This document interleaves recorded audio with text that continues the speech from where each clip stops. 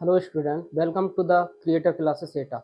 आज हम class 12th का फिजिक्स स्टार्ट कर रहे हैं, जिसमें पहला चैप्टर हमने लिया है वैद्युत क्षेत्र तथा आवेश तथा वैद्युत क्षेत्र। देखिए तो वैद्युत आवेश क्या होता है और वैद्युत क्षेत्र क्या होता है, इसमें हम समझेंगे। तो सबसे पहले हम समझते हैं इसमें कि वैद्युत आवेश क्या होता है। तो फिर हम इसको एक जनरल तरीके से समझते हैं। जैसे कि हम क्या करते हैं कि क्लास में बच्चे अपने यदि बाल सूखे हैं तो सूखे बालों से यदि पेन को रगड़ते हैं, क्योंकि पेन बना होता है प्लास्टिक का, और प्लास्टिक के पेन को यदि रगड़ते हैं सिर में और उसके बाद छोटे छोटे कागज के टुकड़ों को के पास यदि वो ले जाते हैं तो कागज के टुकड़े उस पेन पर चिपक जाते हैं। तो ये एक आवेश को प्रदर्शित करता है। और भी चीज़ें हैं हमारे जीवन में जिनको हम समझेंगे। तो सबसे पहले हम क्या लिखते हैं, इसका डिफाइन करते हैं इसको। वैद्युत आवेश क्या होता है? विद्युत आवेश या फिर वैद्युत आवेश।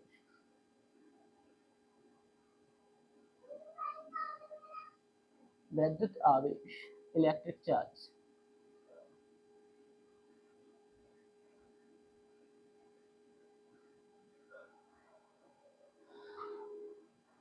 तो किसी पदार्थ का वह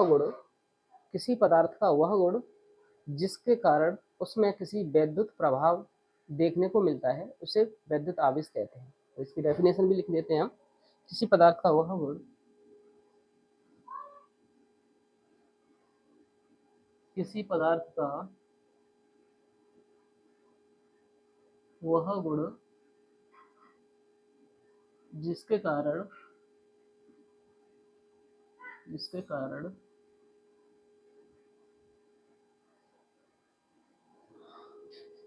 उसमें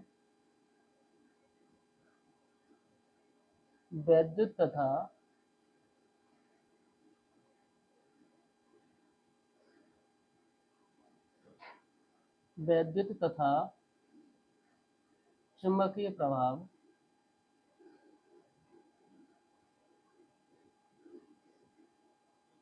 उत्पन्न होते हैं। किसी पदार्थ का वह गुण जिसके कारण उसमें वैद्युत तथा चुंबकीय प्रभाव उत्पन्न होते हैं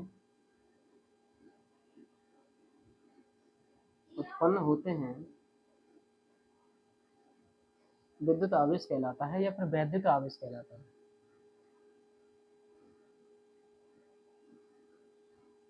विद्युत आवेश कहलाता है।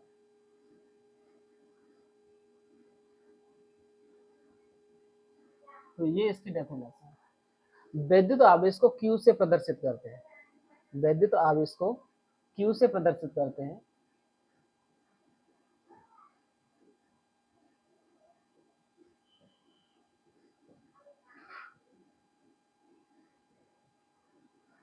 क्योंकि वैद्युत आवेश में किसी भी दिशा की जरूरत नहीं पड़ती है, केवल परिमाण की जरूरत पड़ती है। इसलिए वैद्युत आवेश एक अदिश राशि है। यह एक अदिश राशि है।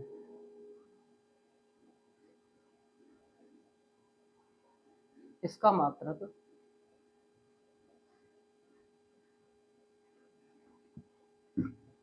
कूलम। मात्रक तो और भी हैं इसके, बाकी अधिकतर जो ऐसा ही मात्रक है वो कूलम है। यहाँ से हमने समझ लिया कि वैद्युत आवेश क्या होता है। किसी पदार्थ का वह गुण जिसके कारण उसमें वैद्युत तथा चुंबकीय प्रभाव उत्पन्न होते हैं, वैद्युत आवेश कहलाता है। तो इसको Q से प्रदर्शित करते हैं तो Q इक्वल टू होता है Ne। यहाँ पर N क्या है? यहाँ पर जो N है वो नंबर ऑफ इलेक्ट्रॉन्स है, इलेक्ट्रॉनों की संख्या है। बाकी जो E है वो इलेक्ट्रॉन पर चार्ज है, जिसका वैल्यू होता है इलेक्ट्रॉन की संख्या E, इलेक्ट्रॉन का आवेश। और इलेक्ट्रॉन के आवेश का जो वैल्यू होता है 1.6 इंटू 10⁻⁻19 कूलम होता है। तो यहाँ से हमें पता चल गया कि विद्युत आवेश क्या होता है। अब आगे का हमारा टॉपिक है इसमें वैद्युत आवेशों के प्रकार, आवेश भी कुछ प्रकार का होता है। तो कितने प्रकार का आवेश होता है ये कुछ लोगों ने बताया। तो एक महोदय हुए William Gilbert, William Gilbert. William Gilbert ने बताया कि आवेश दो प्रकार का होता है।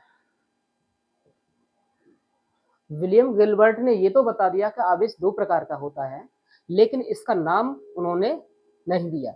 तो इसका नामकरण करने के लिए एक तीसरे वैज्ञानिक आए जिनका नाम है बेंजामिन फ्रैंकलिन। अमेरिका के वैज्ञानिक ये थे, अमेरिकी वैज्ञानिक, जिनका नाम है Benjamin Franklin, Benjamin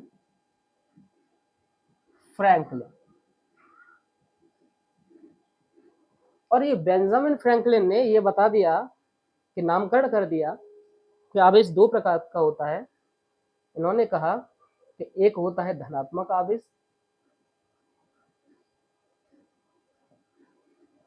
positive charge,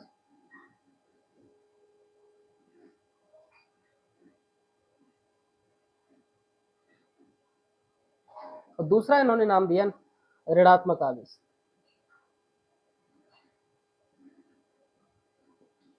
या फिर इसको नेगेटिव चार्ज कहते हैं।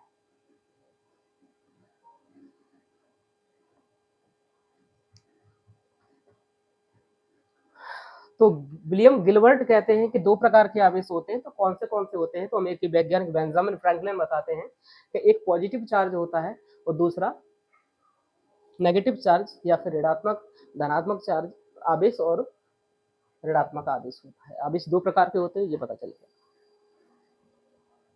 लेकिन ये धनात्मक आवेश क्या होता है इसे भी हम समझते हैं।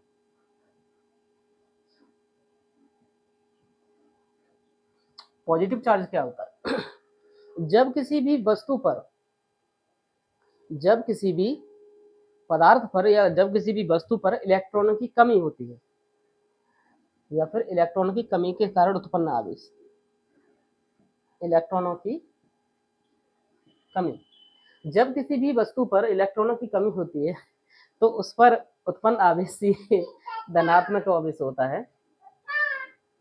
बाहर जाइए, बाहर जा, बाहर यहाँ पर बैठना। तो इलेक्ट्रॉनों की कमी के कारण क्या होता है? तो यहाँ पर धनात्मक आवेश उत्पन्न हो जाता है। इलेक्ट्रॉनों की कमी हो गई, मतलब सारी की सारी जो भी वस्तुएं हैं वो न्यूट्रल होती है। इन पर कोई भी चार्ज नहीं होता, ना ही धनात्मक होता है ना ही ऋणात्मक होता है। इसका मतलब सीधा सा है, क्योंकि आवेश दो प्रकार होता है। यदि किसी निकाय को हम यदि लेते हैं तो जितना उसके ऊपर पॉजिटिव चार्ज होता है और उतना ही उस पर नेगेटिव चार्ज है। नेगेटिव चार्ज यहाँ पर इंडिकेट करता है ये नंबर ऑफ इलेक्ट्रॉन्स हैं, नंबर ऑफ ये प्रोटॉन्स। तो किसी भी पदार्थ पर, किसी भी पदार्थ के परमाणु पर जितने इलेक्ट्रॉन होते हैं उतने ही प्रोटॉन होते हैं। तो इसमें दिया धनात्मक आवेश क्या होता है? इलेक्ट्रॉनों की कमी। यदि कोई इलेक्ट्रॉन यहाँ से निकल जाता है तो फिर इस पर क्या शो होगा? इस पर ये शो होने वाला है वो 2+ शो होने लगेगा। इसका मतलब क्या है कि इलेक्ट्रॉन निकलने से, तो इलेक्ट्रॉनों की कमी से हमें धनात्मक आवेश प्राप्त होता है। इसको डिफाइन करने के लिए ऐसे लिख सकते हैं, जब किसी पदार्थ में इलेक्ट्रॉन की कमी होती है तो उस पर उत्पन्न आवेश धनावेश होता है, धनात्मक आवेश होता है, पॉजिटिव चार्ज होता है। दूसरा इसका है नेगेटिव चार्ज, ऋणात्मक चार्ज या ऋणात्मक आवेश। तो ऋणात्मक आवेश क्या होता है? तो जब किसी पदार्थ पर या जब किसी वस्तु पर सॉरी इलेक्ट्रॉनों की अधिकता हो जाती है, तो इलेक्ट्रॉनों की अधिकता से उत्पन्न आवेश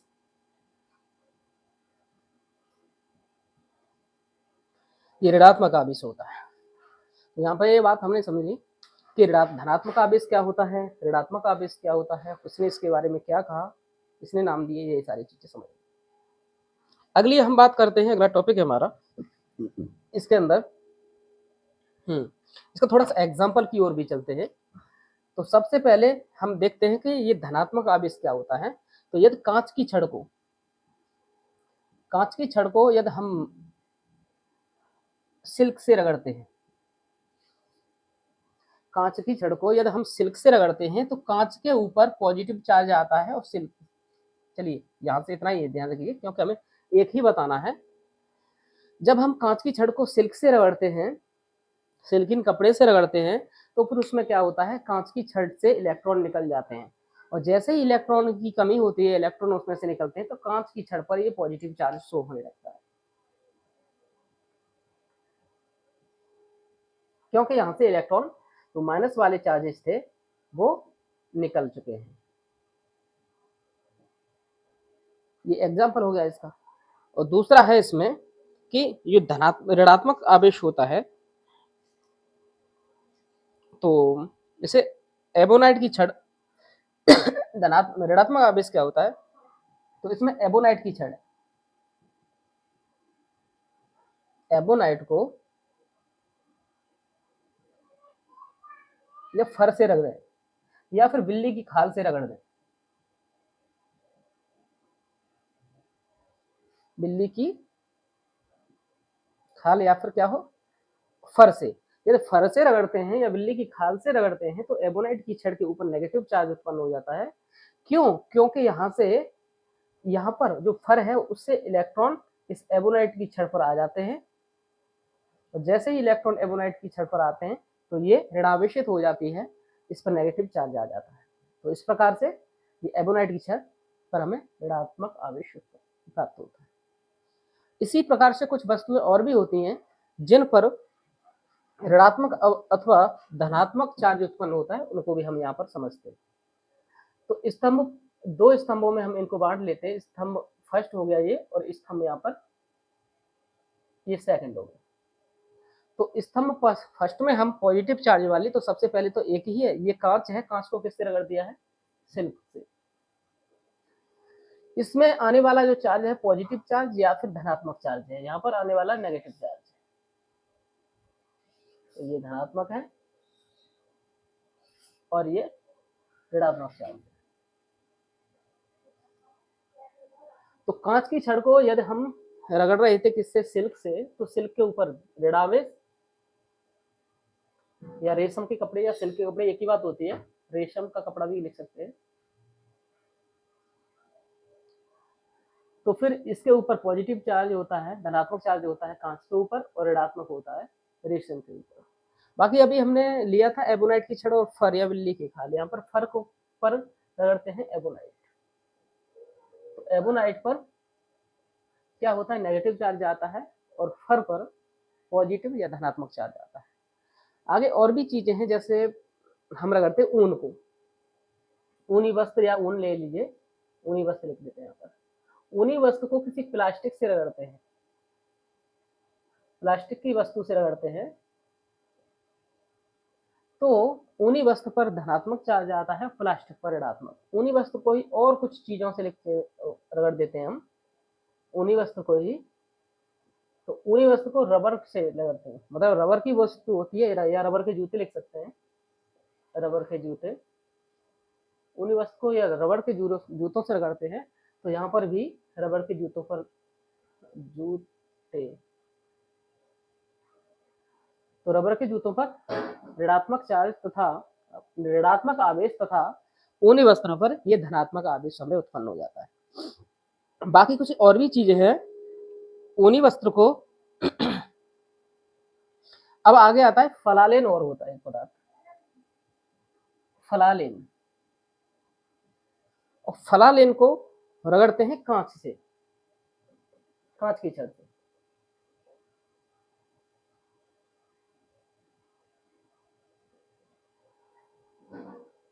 फलालेन को यदि हम कांच की छड़ से रगड़ते हैं तो फलालेन पर ये पॉजिटिव चार्ज आता है, धनात्मक आवेश आता है, और कांच की छड़ पर ऋणात्मक आवेश आता है। क्योंकि कांच की छड़ देखिए इधर है, यहाँ पर कांच की छड़ को यदि सिल्क से रगड़ रहे हैं तो कांच की छड़ पर धनात्मक आ रहा है, लेकिन जैसे ही हमने फलालेन से रगड़ा तो फलालेन पर धनात्मक चार्ज है और कांच की छड़ पर ऋणात्मक चार्ज है, पर उल्टा हो गया इसका। ये फलालेन क्या होता है, तो ये फलालेन एक रोएदार एक कपड़ा होता है जो कि ये कॉटन से या सूत से बनाया जाता है। इस प्रकार का एक कपड़ा है, उसको बोलते हैं फलालेन। बहुत ही सिल्कीन कपड़ा होता है, बहुत ही सॉफ्ट मुलायम कपड़ा होता है, उसको फलालेन बोलते हैं। तो जब भी फलालेन को रगड़ते हैं कांच की छड़ से, तो फलालेन के ऊपर है धनात्मक चार्ज, पॉजिटिव चार्ज, और कांच की छड़ पर ऋणात्मक चार्ज आता है। एक होता है ऊनी कपड़ा को और रगड़ते हैं हम,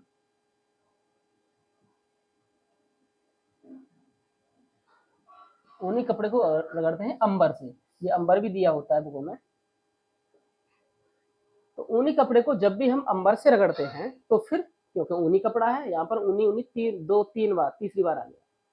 तो जब भी ऊनी कपड़े को, हर बार ही इस पर धनात्मक आवेश आया है, अंबर पर भी ऋणात्मक है, बाकी जो भी रबर है, प्लास्टिक है, इस पर ऋणात्मक आवेश आया है।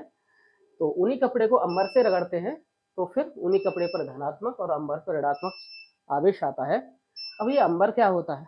तो ये अंबर होता है मतलब काठ का, लकड़ी का इतना बहुत बहुत पुराना एक जीवाश्म होता है, और वो भी जीवाश्म होता है, ट्रांसपेरेंट होता है, पारदर्शी होता है। तो जीवाश्म को पारदर्शी के लिए हम समझ सकते हैं, हीरा भी तो ट्रांसपेरेंट होता है, हीरा से भी तो आर पार दिखाई देता है। तो हीरा का पदार्थ है, उससे पहले कोई पदार्थ बन जाएगा जो अंबर बनेगा, और अंबर भी किसका बनेगा? तो लकड़ी का बनेगा। और लकड़ी का कैसा होगा? तो पारदर्शी होगा, जिसमें से आर पार दिखा जा सकता है। ऐसा पदार्थ है, उसको यदि ऊनी कपड़े से रगड़ते हैं, तो ऊनी कपड़े पर धनात्मक आवेश तथा अंबर पर ऋणात्मक आवेश, नेगेटिव चार्ज आता है। तो यहाँ से हमने समझ लिया कि क्या जो आवेश है किस पर पॉजिटिव होगा, किस पर ऋणात्मक होगा, ये हमने समझ लिया है। आगे का हमारा टॉपिक है, आगे के टॉपिक में हम समझते हैं कि एक होता है विद्युत आवेश का इलेक्ट्रॉन सिद्धांत, जो कि प्रश्न लास्ट ईयर मतलब 2026 के पेपर में पूछा गया है। इसको भी हम सिद्धांत को समझते हैं, तो इसको मिटा देते हैं। आपने ये समझ लिया है, बाकी जो भी समझना हो तो उसका स्क्रीनशॉट आप ले सकते हैं। वैसे तो ये है कि एक बार में ये आपका क्लियर हो जाएगा, फिर भी आपको लगता है तो स्क्रीनशॉट लेकर के एक बार दोबारा देख सकते हैं इसको।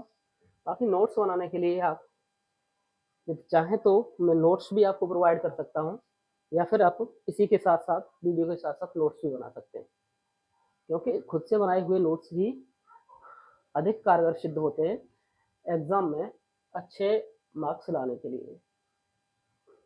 यदि आप चाहते हैं कि हमारे मार्क्स अच्छे मार्क्स आएँ, 90% और 95% प्लस मार्क्स आएँ, तो अच्छे से इनको समझते रहिए। बाकी सारा का सारा सॉल्यूशन और जो भी कंटेंट है आपको प्रोवाइड किया जाएगा बेसिक समझ के साथ में। तो अगला पॉइंट हमारा है कि आवेश का इलेक्ट्रॉन सिद्धांत क्या होता है, यही है टॉपिक, आवेश का इलेक्ट्रॉन, विद्युत आवेश का इलेक्ट्रॉन सिद्धांत। तो अगला टॉपिक विद्युत आवेश का इलेक्ट्रॉनिक सिद्धांत। ये प्रश्न आया है लास्ट ईयर में, 2 मार्क्स का शायद मुझे लगता है आया था ये। किसी भी सेट में, यूपी वाले में तो नहीं आया है, इधर सॉरी यूपी में ही आया है, लेकिन ये एटा की तरफ नहीं आया था, ये इधर प्रयागराज या फिर आजमगढ़ की ओर ये प्रश्न आया था, विद्युत आवेश का इलेक्ट्रॉनिक सिद्धांत। तो इलेक्ट्रॉनिक थ्योरी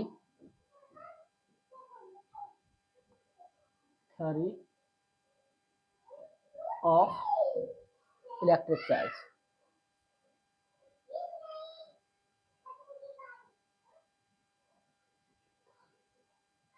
तो विद्युत आवेश का इलेक्ट्रॉनिक सिद्धांत हम समझते हैं क्या होता है।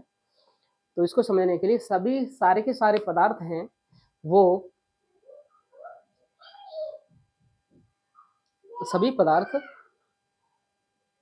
निरावेशित होते हैं, उनके ऊपर कोई भी आवेश नहीं होता है। सभी पदार्थ परमाणुओं से मिलकर के बने होते हैं और परमाणु हमेशा निरावेशित होता है या आवेश रहित होता है। लेकिन ऐसे ये समझते हैं इसको हम कि ये क्या है, एक परमाणु है और परमाणु के अंदर एक नाभिक होता है, जो नाभिक दो मौलिक कणों से मिलकर के बनता है, प्रोटॉन से और न्यूट्रॉन से। परमाणु का जो नाभिक होता है वो प्रोटॉन से और न्यूट्रॉन से मिलकर के बना होता है। दो मौलिक कण प्रोटॉन तथा न्यूट्रॉन से मिलकर के बना होता है। प्रोटॉन पर धनात्मक चार्ज तथा न्यूट्रॉन पर कोई भी चार्ज नहीं होता है, शून्य चार्ज होता है। प्रोटॉन धनावेशित तथा न्यूट्रॉन निरावेशित होता है, इस पर कोई भी आवेश नहीं होता है। तथा इसके बाहर, नाभिक के बाहर बाह्य कक्षा में इलेक्ट्रॉन नामक कण चक्कर लगाता रहता है, जिस पर ऋणावेश होता है, जिसका मान होता है 1.6 × 10⁻⁻19 कूलम। ये हम पहले ही बता चुके हैं।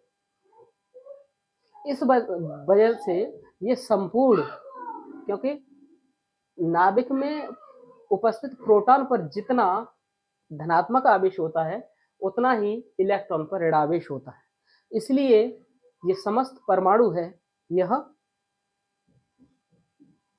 न्यूट्रल होता है, निरावेशित होता है, मतलब इस पर कोई चार्ज शो नहीं होता या इसको कहते हैं उदासीन भी कह सकते हैं, उदासीन होता है। परमाणु कैसा होता है, तो ये उदासीन होता है। उदासीन क्यों होता है, क्योंकि जितना इस नाभिक के अंदर, ये नाभिक है न्यूक्लियस, नाभिक के अंदर जितना धनात्मक आवेश होता है उतना ही नाभिक के बाहर यहाँ पर इलेक्ट्रॉन पर ऋणावेश होता है, इसलिए संपूर्ण परमाणु होता है वो उदासीन होता है। अब जब भी हम इस किसी भी परमाणु से एक या एक से अधिक इलेक्ट्रॉन निकालते हैं, ये चीजें हमें इसमें लिखनी है। जब भी हम किसी भी परमाणु से एक या एक से अधिक इलेक्ट्रॉनों को निकाल देते हैं तो यह परमाणु पॉजिटिव धनात्मक चार्ज शो करता है, धनात्मक आवेश ग्रहण कर लेता है, ऐसे लिखिए। जब भी हम किसी भी परमाणु से एक या एक से अधिक इलेक्ट्रॉन निकाल लेते हैं तो वह परमाणु धनात्मक आवेश दर्शाता है, तथा जब ये निकलेगा तो ये क्या हो जाएगा, ये पॉजिटिव चार्ज शो करेगा, ठीक है। और जब हम किसी भी परमाणु को एक या एक से अधिक इलेक्ट्रॉन दे देते हैं, एक या एक से अधिक इलेक्ट्रॉन दे देते हैं तो यह परमाणु ऋणात्मक आवेश दर्शाता है।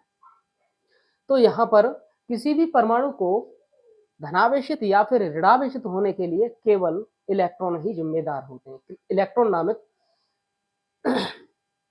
इलेक्ट्रॉन नामक कण ही जिम्मेदार होते हैं, प्रोटॉन नहीं, क्योंकि प्रोटॉन एक प्रबल विद्युत बल के कारण, प्रबल आकर्षण बल के कारण ये नाभिक में ही बंधे रहते हैं, या प्रबल नाभिकीय बल भी कहते हैं इसको, प्रबल नाभिकीय बल। प्रोटॉन तथा न्यूट्रॉन प्रबल नाभिकीय बल के कारण नाभिक में ही बंधे हुए रहते हैं तथा ये बाहर नहीं निकल पाते।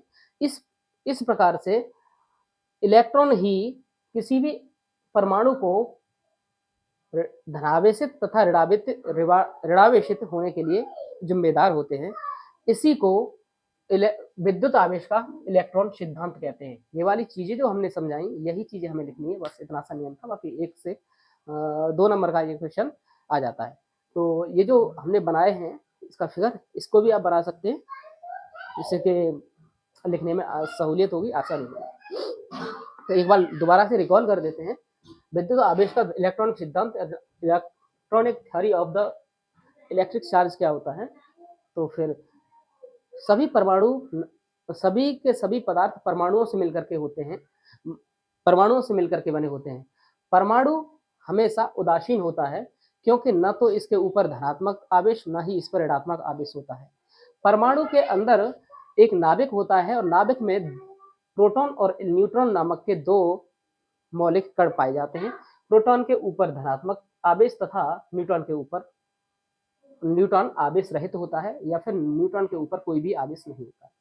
इस नाभिक के चारों ओर इलेक्ट्रॉन नामक पदार्थ चक्कर लगाते रहते हैं, जिस पर ऋणावेश होता है 1.6 × 10⁻⁻19 कूलम के बराबर होता है। बाकी नंबर ऑफ इलेक्ट्रॉन जितने हो उसके मल्टीपल के हिसाब से होता है। इलेक्ट्रॉन पर प्रोटॉन के धनावेश के बराबर ही ऋणावेश होता है। इस वजह से जो संपूर्ण परमाणु है यह उदासीन होता है। जब भी किसी परमाणु से एक या दो इलेक्ट्रॉन निकाल दिए जाते हैं तो यह परमाणु धनावेश दर्शाता है, तथा जब भी इस परमाणु को एक या दो से अधिक इलेक्ट्रॉन प्रदान कर दिए जाते हैं तो यह ऋणात्मक आवेश को दर्शाता है। क्योंकि नाभिक के अंदर प्रोटॉन नामक कण तथा न्यूट्रॉन प्रबल नाभिकीय बल के द्वारा बंधे हुए होते हैं, अतः इनको बाहर निकालना आसान नहीं होता है। इलेक्ट्रॉनों को आसानी से ऊर्जा दे करके बाहर निकाला जा सकता है, ऐसे लिख सकते हो। तो किसी भी परमाणु के धनात्मक या फिर ऋणात्मक होने के लिए उसके इलेक्ट्रॉन नामक कण ही जिम्मेदार होते हैं, प्रोटॉन नहीं। अतः इस सिद्धांत को ही विद्युत आवेश का इलेक्ट्रॉन सिद्धांत कहते हैं। ये आप आसानी से लिख पाओगे। तो चलिए नेक्स्ट टॉपिक की ओर हम चलते हैं। नेक्स्ट टॉपिक है हमारा आवेशन की कुछ विधियां हैं, इनको समझते हैं। तो चलो लिख देते हैं आवेशन की विधियां। आवेशन की विधियां।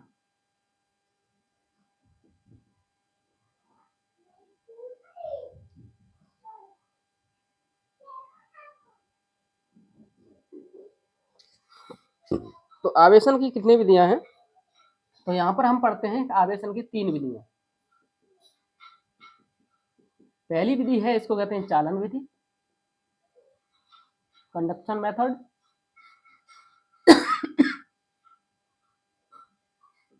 दूसरी वाली जो विधि है इसको हम समझते हैं कि दूसरी होती है घर्षण और तीसरी प्रेरण। घर्षण विधि और तीसरी वाली प्रेरण विधि।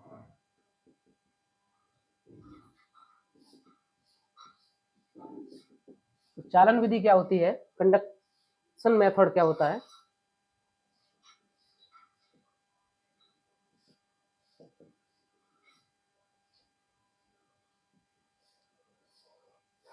तो कंडक्शन मेथड में क्या होता है, जब भी आवेश किसी एक पदार्थ से दूसरे पदार्थ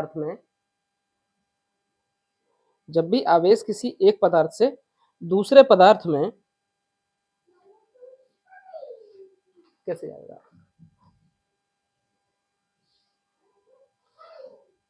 जाएगा, हाँ ऐसे समझिए इसको। जब भी आवेश किसी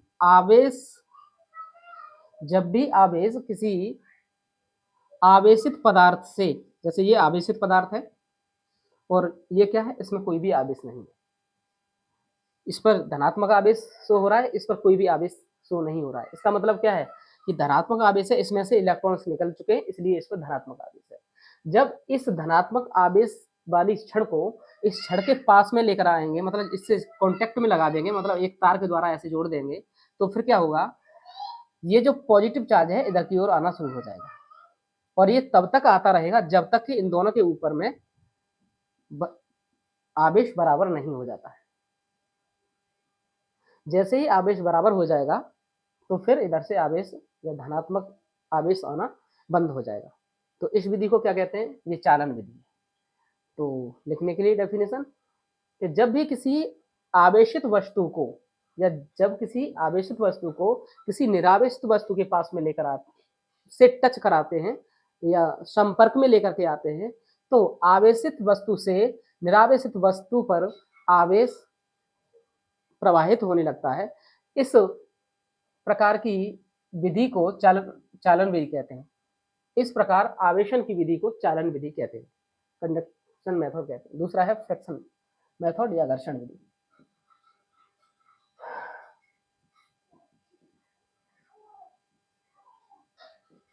तो ये जब भी एक वस्तु को दूसरी वस्तु से रगड़ते हैं तो इस प्रकार एक वस्तु पर इलेक्ट्रॉन की कमी तथा दूसरी वस्तु पर इलेक्ट्रॉनों की अधिकता के कारण उत्पन्न आवेश उत्पन्न हो जाता है। तो इस विधि को हम घर्षण विधि कहते हैं। तीसरा है प्रेरण विधि। ये प्रेरण विधि क्या होती है? तो प्रेरण विधि ये होती है, जैसे ये समझिए, ये आवेश वाली है, इसके ऊपर आवेश दिखाई दे रहा है, ये पॉजिटिव है, इस पर कोई भी आवेश नहीं दिखाई दे रहा है। अब क्या होगा, इस वाले गोले को हम इसके पास लेकर के आते हैं, इस पर कोई आवेश नहीं दिखाई दे रहा है, इसका मतलब सीधा सा होता है जितना इस पर पॉजिटिव चार्ज है उतना ही इस पर नेगेटिव चार्ज है।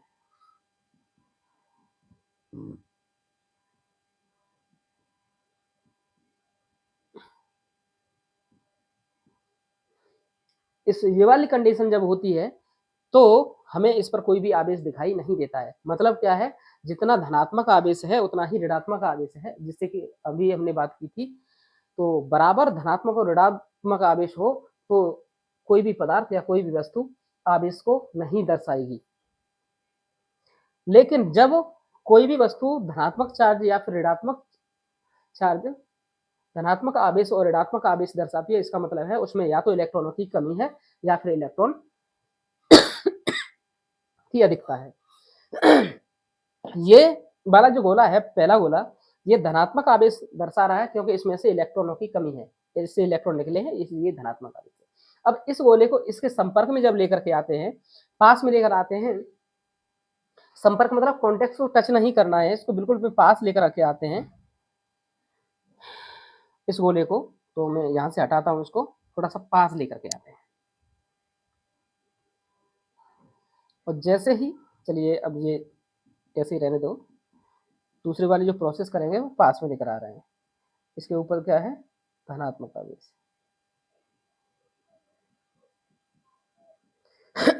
जब जैसे ही इसके पास हम लेकर आए तो इस वाले गोले पर, मतलब ये फर्स्ट है और ये सेकंड है, ये फर्स्ट है और ये सेकंड है, जैसे पास में लेकर आए, यहाँ पर मैंने दिखाया है इसका, तो क्योंकि ये वाला धनात्मक चार्ज है, इसके ऊपर धनात्मक आवेश है, जैसे इसके पास में आएगा तो धनात्मक आवेश की वजह से ऋणात्मक आवेश इधर वाले किनारे पर आ जाएगा तथा ऋणात्मक आवेश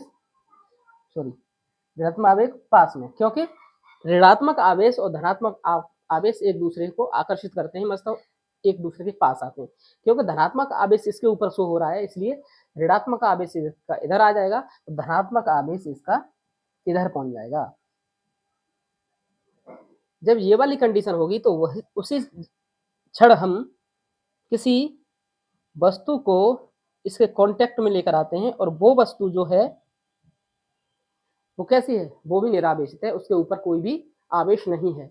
जब इसके संपर्क में जैसे ही हम लेकर आते हैं तो यहाँ से जो धनात्मक चार्ज है वो इधर आना शुरू हो जाएगा, और उसके बाद फिर इस तार को या इस वायर को हम हटा देंगे, क्योंकि इस वाले गोले से यहाँ पर धनात्मक आवेश आ गया है, जो कि संपर्क हमने इससे किया था, यहाँ पर इसका कोई कांटेक्ट नहीं था, केवल हम पास में लेकर के आए थे। तो पास में लेकर आने से ही धनात्मक आवेश की वजह से ऋणात्मक आवेश इसके पास आ गया, धनात्मक इधर पहुंच गया। जब हम कांटेक्ट में लेकर आते हैं दूसरे निरावेशित वस्तु को, तो निरावेशित वस्तु पर यहाँ से धनात्मक चार्ज आता है। इस विधि को क्या कहते हैं, प्रेरण विधि कहते हैं।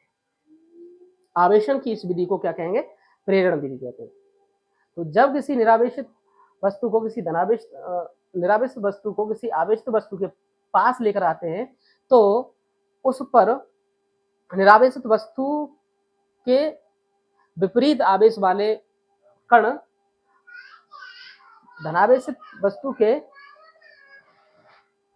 विपरीत आवेश वाले कण के पास में आ जाते हैं, तथा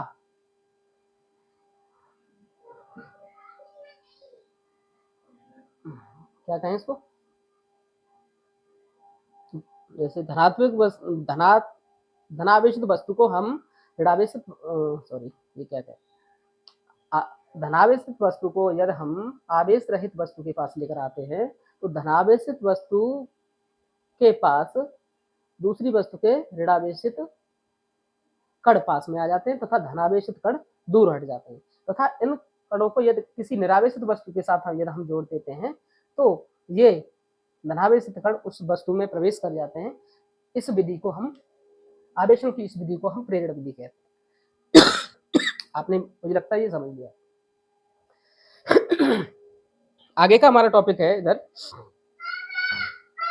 आवेशों के मूल होते हैं।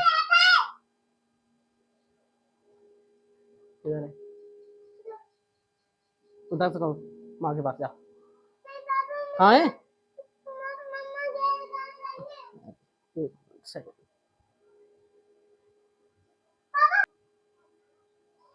चलिए, तो ये हमने आवेशन की विधियों को यहाँ पर समझ लिया है। आगे के टॉपिक की ओर चलते हैं।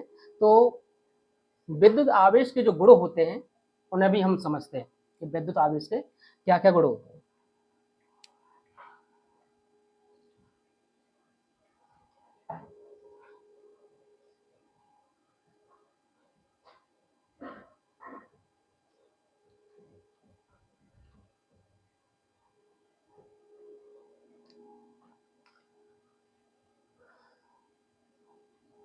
नेक्स्ट टॉपिक है हमारा विद्युत आवेश के गुण। विद्युत आवेश के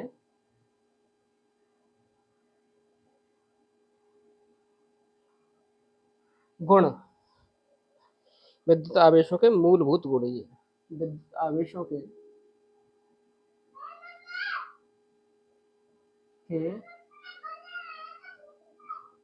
मूलभूत गुण।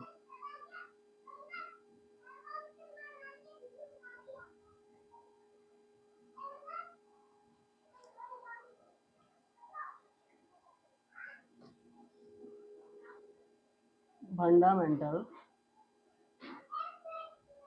प्रॉपर्टीज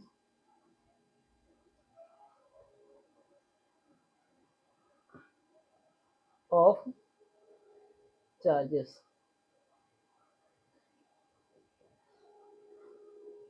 इसमें सबसे पहला वाला जो गुण है इसको देखते हैं हम। इसमें है आवेशों का आकर्षण तथा प्रतिकर्षण। आवेशों का आकर्षण अथवा प्रतिकर्षण। तो कब तो आवेशों का आकर्षण होता है और कब आवेशों का प्रतिकर्षण होता है, इसे हम समझते हैं। तो attraction and repulsion of charges.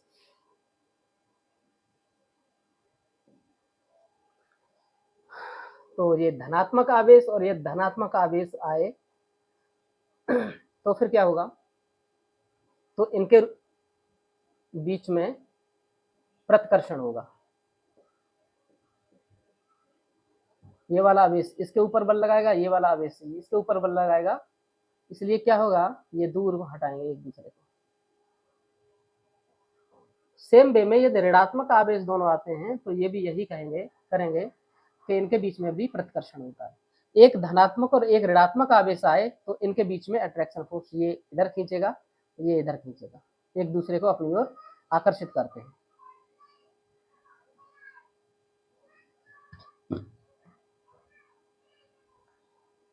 Negative और पॉजिटिव वही सेम वे, मतलब ये इधर खींचेगा अपने की ओर और ये इधर खींचेगा।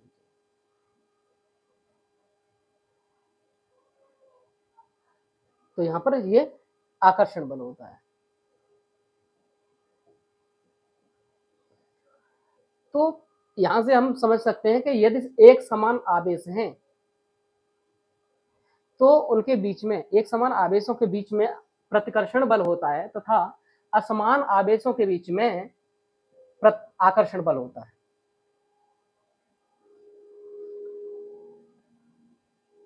या इसको सजातीय और विजातीय भी कह सकते हैं। तो सजातीय आवेश ऐसे लिखते हैं, सजातीय एक ही जाति के सजातीय आवेशों के बीच में प्रतिकर्षण बल तथा विजातीय आवेशों के बीच में आकर्षण बल होता है। तो यहाँ से हमारा ये क्लियर हो गया कि सजातीय आवेश एक दूसरे को प्रतिकर्षित करते हैं तथा विजातीय आवेश एक दूसरे को आकर्षित करते हैं। दूसरा गुण है आवेशों का, यह है आवेश का संरक्षण। आवेश का संरक्षण, आवेश का संरक्षण।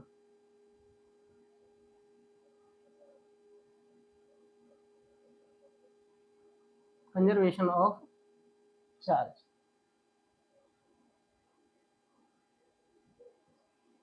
ये आवेश का संरक्षण वाला कंजर्वेशन ऑफ चार्ज वाला रूल ये कहता है कि किसी भी आइसोलेटेड सिस्टम का, किसी भी बंद निकाय का कुल आवेश संरक्षित रहता है, कुल आवेश संरक्षित रहता है।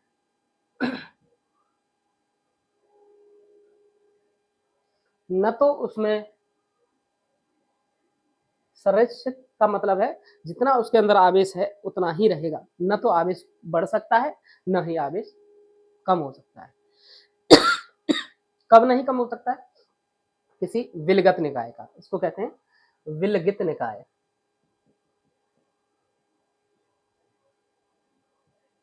Isolated,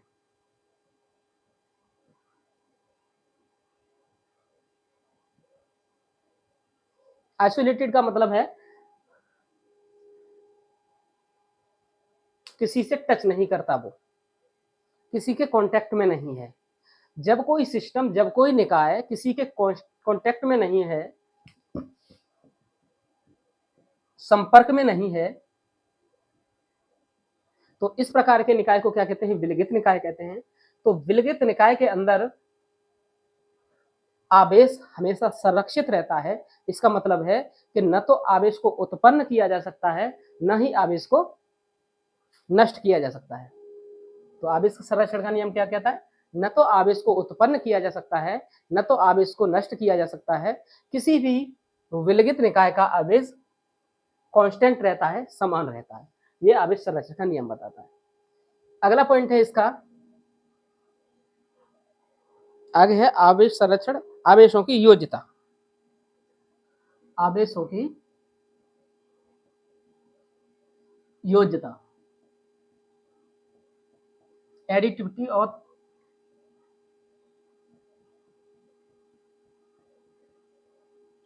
charges. एडिटिविटी क्या बताती है? तो एडिटिविटी या फिर आवेशों की योज्यता वाला जो नियम है ये बताता है, ये गुण है कि आवेश को किसी न्यूनतम परिमाण में ही हम, न्यूनतम परिमाण के गुणज में ही जोड़ सकते हैं। आवेशों को हम किसी न्यूनतम परिमाण के गुणज में ही हम जोड़ सकते हैं या फिर घटा सकते हैं, या फिर ऐसे समझिए जोड़ सकते हैं। इसी बात को दूसरी तरह से हम ये कह सकते हैं कि नहीं,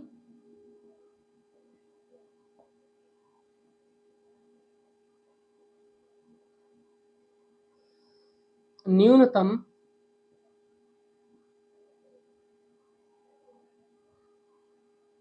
किन्हीं न्यूनतम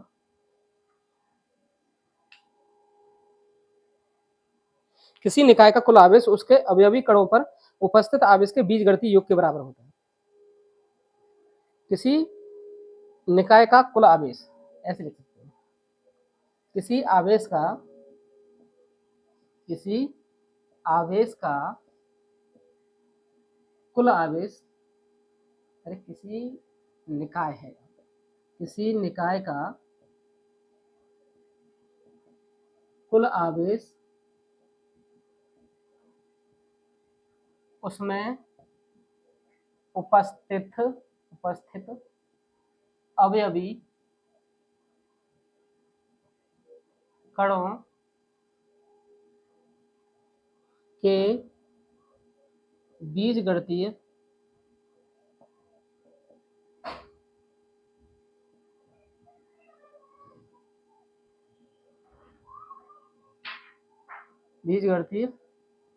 योग के किसी निकाय का कुल आवेश उसमें उपस्थित अवयवी कणों के बीजगणितीय योग के बराबर होता है।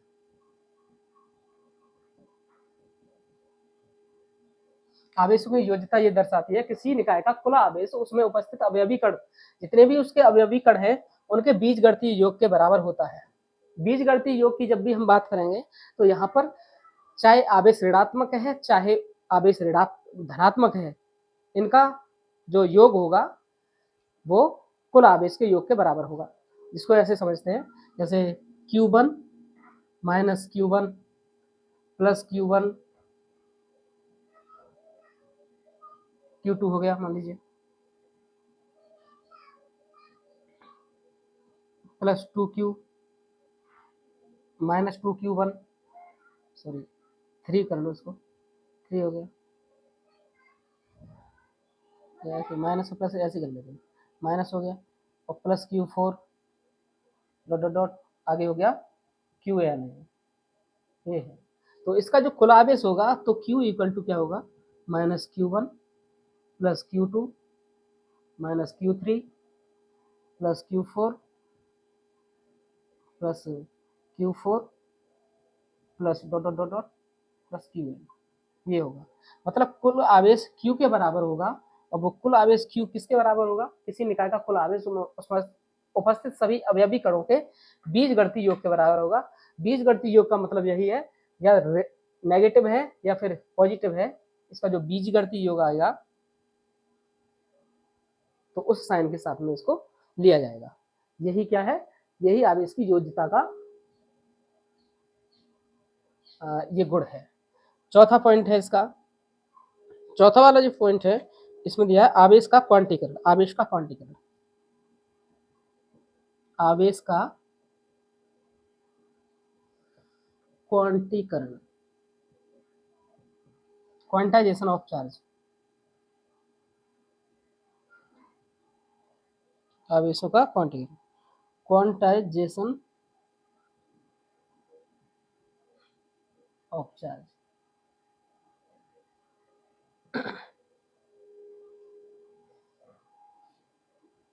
तो ये क्वांटाइजेशन ऑफ चार्ज ये बताता है आवेश एक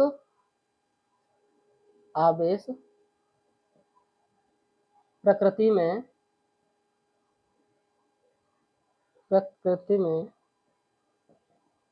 एक न्यूनतम मान का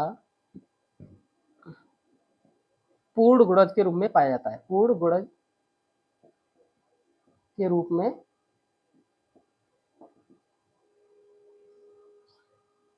पाया जाता है।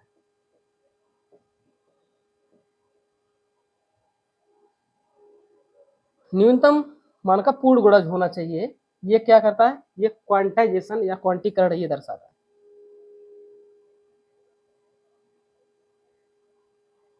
और इसमें आगे भी यदि लिखना चाहें तो आवेश कभी भी मान का पूर्ण गुणज के रूप में पाया जा सकता है या पूर्ण संख्या के रूप में पाया जाता है। ये किसके रूप में नहीं पाया जाता, तो ये टुकड़ों के रूप में नहीं पाया जाता, या फिर कहते हैं इसको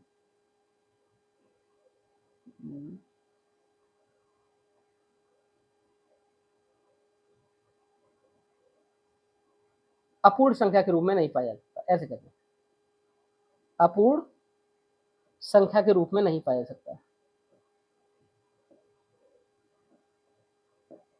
नहीं पाया जाता, नहीं पाया जाता। और अपूर्ण संख्या क्या होती है, या भिन्न कह सकते हैं,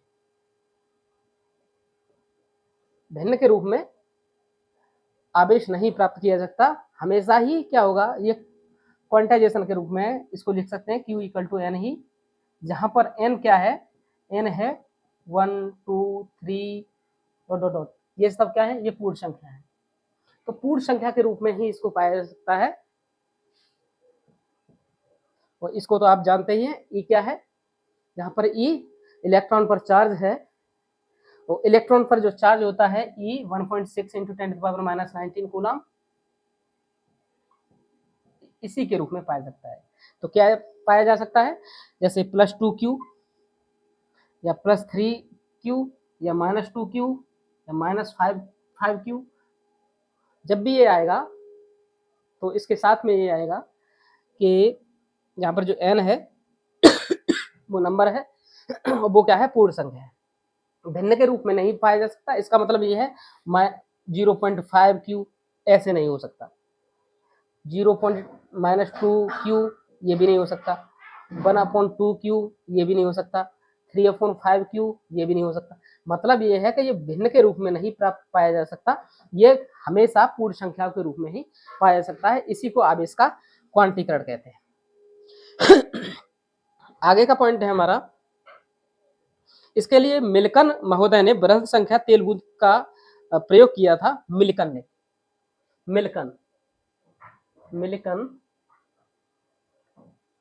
का तेल बूंद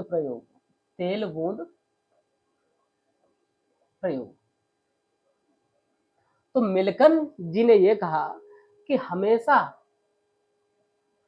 उन्होंने क्या किया, बृहद, इसमें कहा मिल्कन का बृहद बृहद का मतलब है बड़ी संख्या। उन्होंने बड़ी संख्याओं में तेल की बूंदें ली और बड़ी संख्याओं में तेल की बूंदों पर जब उन्होंने देखा कि सारी की सारी बूंदें हैं उन पर समान चार्ज है, और वो समान चार्ज जब लास्ट में इसको चेक किया गया तो सभी बूंदों पर आवेश था वो समान आवेश आया, और यह आवेश E के बराबर 1.6 × 10⁻⁻19 कूलाम के बराबर पाया गया। ये बताया था मिल्कन ने, ठीक है। इसी को उन्होंने विद्युत का परमाणु कहा, और इसको एक और चीज उन्होंने बताई थी, इसका जो मान 4.8 ×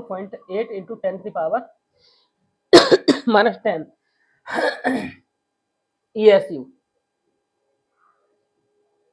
इसके बराबर वैल्यू दी।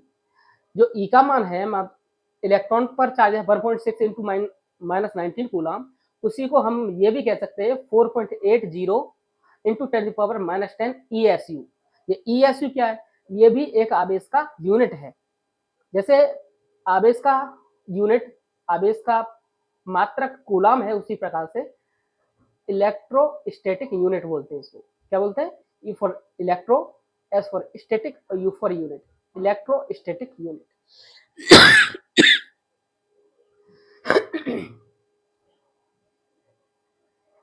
तो वैद्युत स्टैटिक मात्रक ये होता है।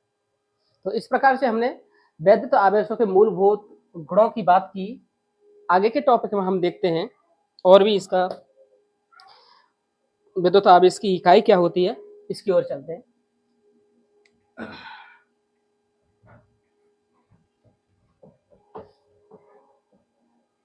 क्योंकि आज की ये पहली वीडियोस है, इनमें हम ये जनरल बात कर रहे हैं, यहाँ से कोई क्वेश्चन चांस बन सकता है। बाकी ये बेसिक कॉन्सेप्ट के हिसाब से, इंट्रोडक्शन के हिसाब से ये टॉपिक था आज का, जिनमें नॉर्मल चीजें, सामान्य जानकारी छुपी हुई है। बाकी जो अगली क्लास से, सेकंड क्लास से, इसका जो मूलभूत टॉपिक्स हैं उनकी ओर हम चलेंगे, जहाँ पर जो भी तुम्हारे डेरिवेशंस हैं उधर हम फोकस करेंगे, डेरिवेशंस कराएंगे। तो इस चैप्टर में ये एक तरह से इंट्रोडक्शन वाला वॉल्यूम मान सकते हो, इस वीडियो को मान सकते हो आप। तो थोड़ा सा हम इस यूनिट की बात भी कर लेते हैं कि वैद्युत आवेश की इकाई क्या है। वैद्युत आवेश की इकाई, यूनिट ऑफ इलेक्ट्रिक चार्ज। जैसे कि अभी हमने समझ लिया है कि इलेक्ट्रिक चार्ज की जो यूनिट है एसआई सिस्टम में, एसआई प्रणाली में वैद्युत आवेश की इकाई है वो कूलम। शीशे प्रदर्शित करते हैं, ये तुम्हें मालूम। बाकी दूसरा वाला जो सिस्टम है, अब इस कूलम को विद्युत धारा से भी प्रदर्शित कर सकते हैं। कूलम को विद्युत धारा से भी परिभाषित किया जा सकता है। विद्युत धारा क्या होती है? तो आवेश के प्रवाह की दर को, आवेश के प्रवाह की दर को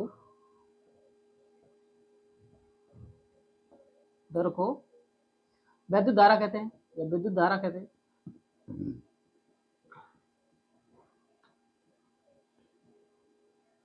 ठीक है, तो विद्युत धारा बराबर, यहाँ पर लिखते हैं विद्युत धारा, विद्युत धारा इसका मात्रक होता है एम्पियर,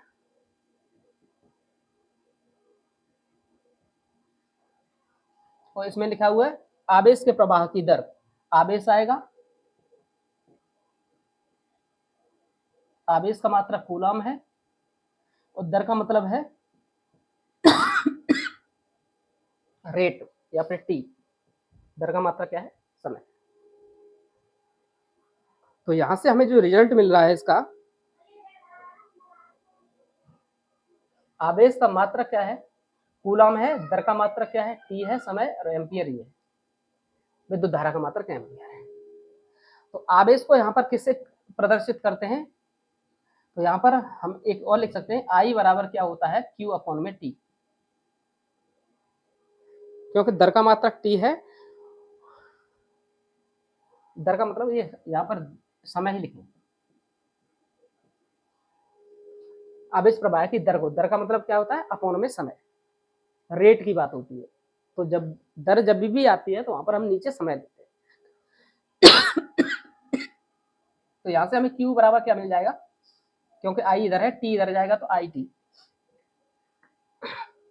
यहां पर क्या है, एम्पियर है I, और ये T क्या है, एम्पियर और सेकंड।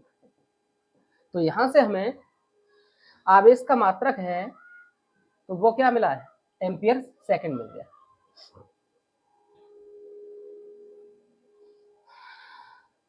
आवेश का मात्रक क्या होता है, तो एम्पियर सेकंड भी होता है।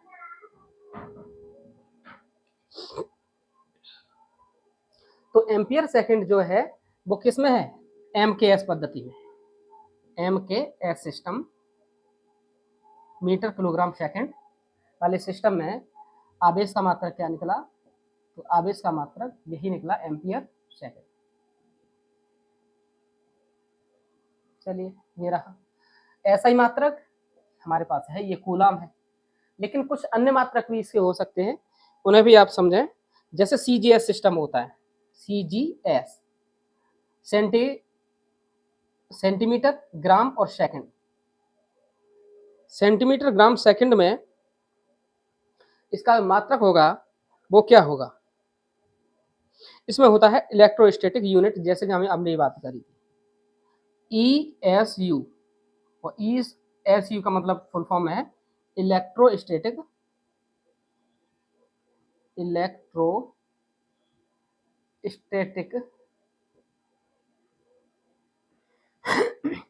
यूनिट। तो CGS पद्धति में, CGS सिस्टम में आवेश का मात्रक ESU होता है, इलेक्ट्रोस्टैटिक यूनिट होता है।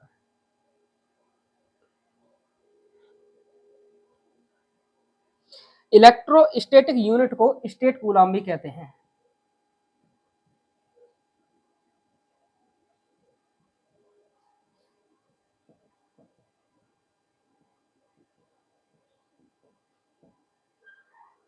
तो CGS सिस्टम में इलेक्ट्रोस्टैटिक यूनिट या फिर स्टेट कूलम भी इसका मात्रक होता है। तो तीन मात्रक हमारे पास आ गए, ऐसा सिस्टम में कूलम है।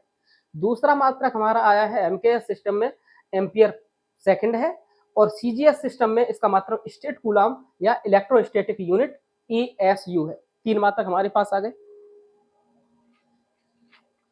अब कुछ वैल्यूज हैं जिसको हम याद रख सकते हैं। 1 कूलम में 3 × 10⁻⁻19 ESU होता है।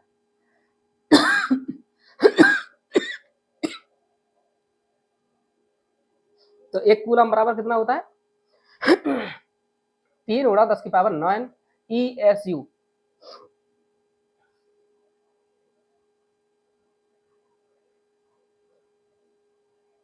तो ESU यहां से पता चल गया कि ESU ये छोटा मात्रक है और ये कूलम बड़ा मात्रक है, क्योंकि SI सिस्टम में है ये, और CGS सिस्टम में ये ESU है। तो CGS ऑलवेज ही छोटा होता है, क्योंकि सेंटीमीटर, ग्राम और ये सेकंड की बात करता है। एम के एस ये बड़ा है, मीटर किलोग्राम सेकंड, तो मीटर सेंटीमीटर से बड़ा होता है, तो ये ऊपर वाले जो मात्रक है वो बड़े हैं, ये छोटा है। इसका वैल्यू भी एक 1 coulomb is equal to 3 × 10⁹ ESU के बराबर होता है। आगे है एक मात्रक और होता है विद्युत चुम्बकीय मात्रक, EMU और होता है, EMU। ये EMU क्या होता है, तो इसे कहते हैं विद्युत चुम्बकीय मात्रक, विद्युत चुम्बकीय मात्रक।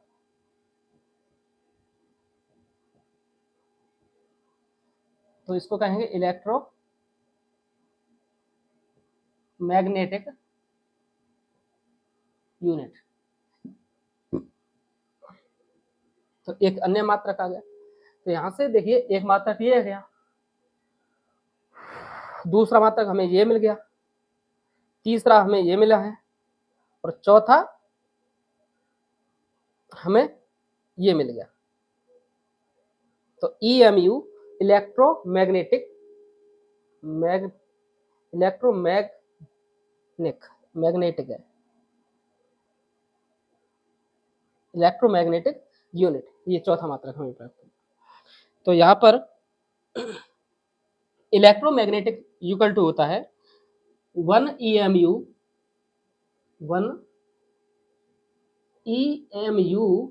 इक्वल टू होता है 3 × 10⁻10 ESU।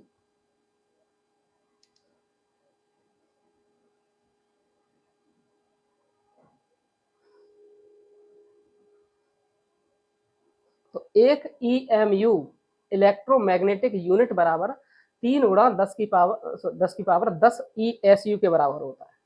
और यहाँ पर क्या दिया है, 1 कूलम बराबर 3 × 10⁹ ESU। तो यहाँ से कुछ हमें प्राप्त होगा, तो 1 कूलम बराबर, क्योंकि यहाँ पर पावर 9 है, यहाँ पर 10 है, तो यहाँ पर आएगा 10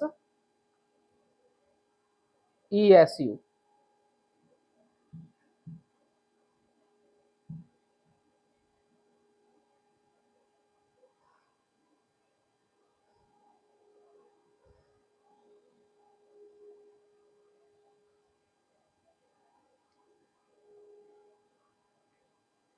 ये मेन, क्योंकि यहाँ पर क्या था, ये 10 ESU नहीं, उल्टा हो गया, 1 ESU इक्वल टू हो जाएगा 1 ESU इक्वल टू क्या आएगा, ये 10 कूलम आ जाएगा। इस प्रकार से हमने ये भी मात्रक देख लिया। इसका एक मात्रक और होता है फैराडे।